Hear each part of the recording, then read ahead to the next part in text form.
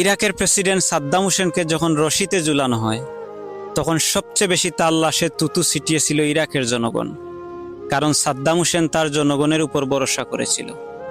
ইন্দিরা গান্ধীকেও মেরেছিল তার বডিগার্ড, কারণ ইন্দিরা গান্ধী তার উপর ভরসা করেছিল।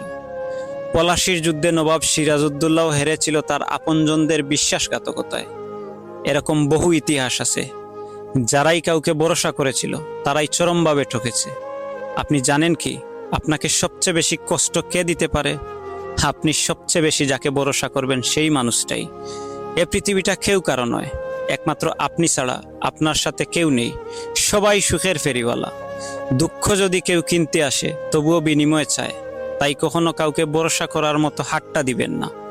এ জীবন পথে অনেকেই আপনার সাথে হাঁটবে, কিন্তু দিন শেষে স্বার্থের হেরফেরে তারা আপনাকে ফেলেই চলে যাবে নিজের স্বার্থ রক্ষায়। জীবন সুন্দর যদি